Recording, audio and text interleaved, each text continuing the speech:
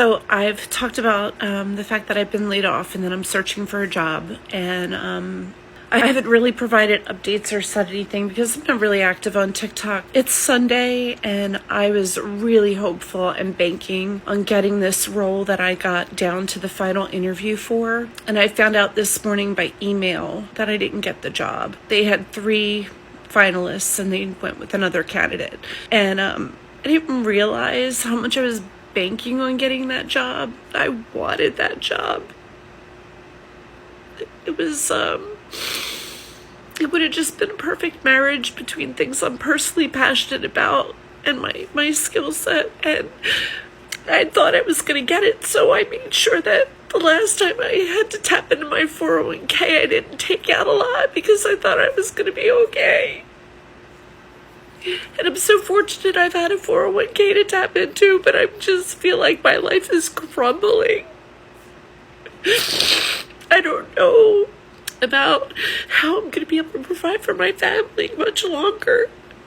And I see in the news that jobs and hiring is surging, and it is not in my field that this is happening, because the only thing that has surged is the number of people I'm competing against. And they keep saying, 80% of jobs are acquired through networking, and I'm networking my ass off in a genuine way because I genuinely like people and I genuinely love what I do.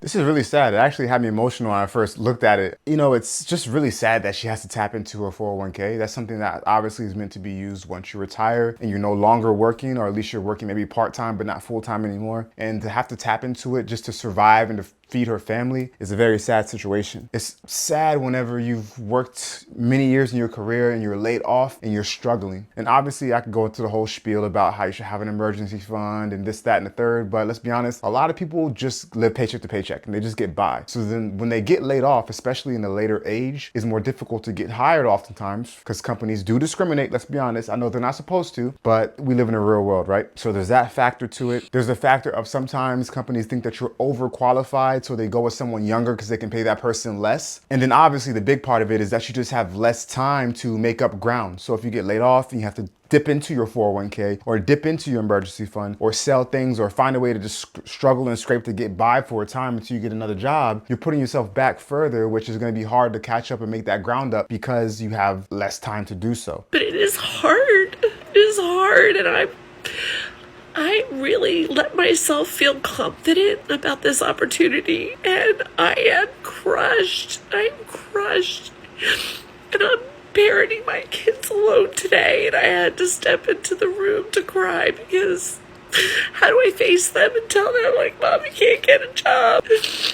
I was the breadwinner for my family.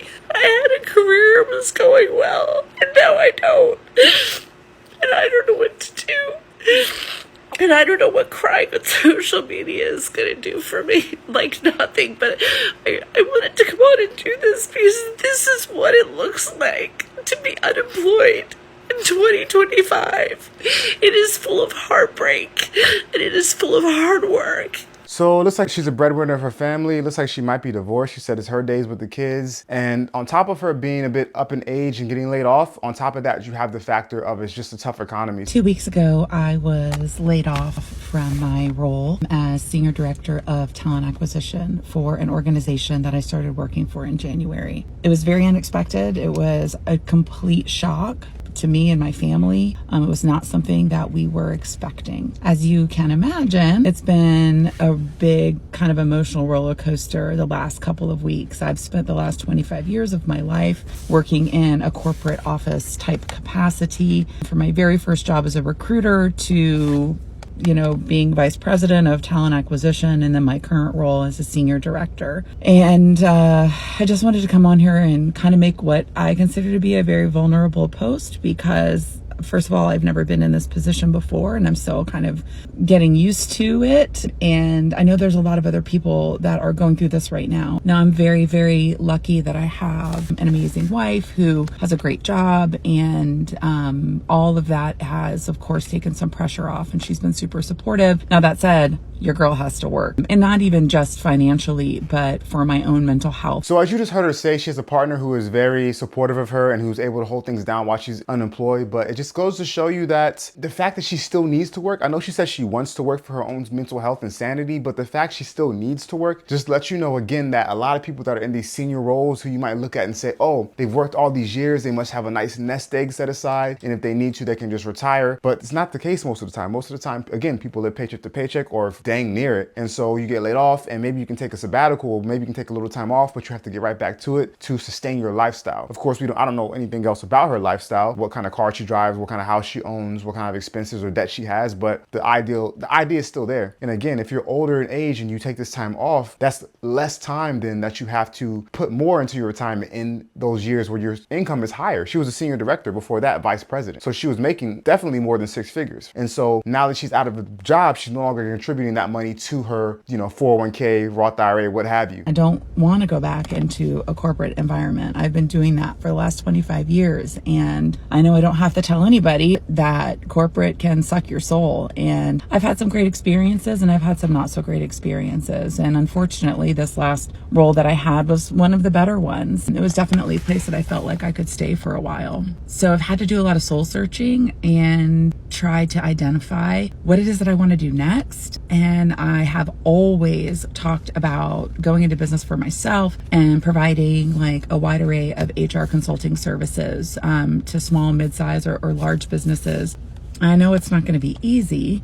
And today I have decided that I'm just going to dive in. I'm just going to do it. I'm going to do it scared. So essentially she's doing what a lot of people do when they're more senior in their roles and they either get laid off like she was laid off, or they just decide to quit and go do their own thing, because they take all these years of knowledge that they've built up and that they've earned and learned through their career and they use it to start a business. Most of the time it's consulting. It's a big trend now that corporations are not hiring as many W-2 workers and they're looking to more 1099 employees because it's beneficial to them. They don't have to handle the income tax. They don't have to provide benefits. And then on the side of the employee, there are pros and cons as well. A lot of times you get paid more. It's more of a flexible schedule. So yeah, so that is what a lot of people do when they're more senior in their roles and they either get fired or they get laid off. I just got laid off. I'm not really bothered by the fact that I'm not going to be working there anymore. I feel more so bad for the more senior staff that's also been affected by the restructuring of the company. Seeing somebody who's, well into their senior years get laid off and be in a vulnerable position and have to figure out what they're going to do for their livelihood and their family is one of the most humbling, heartbreaking things that I could ever imagine, especially when you've given well over, 2 decades to a company and to an organization. And it's like, ultimately, the only way to leave a job is to die, quit, get fired, or get laid off. Yeah, so what she said is right on the money.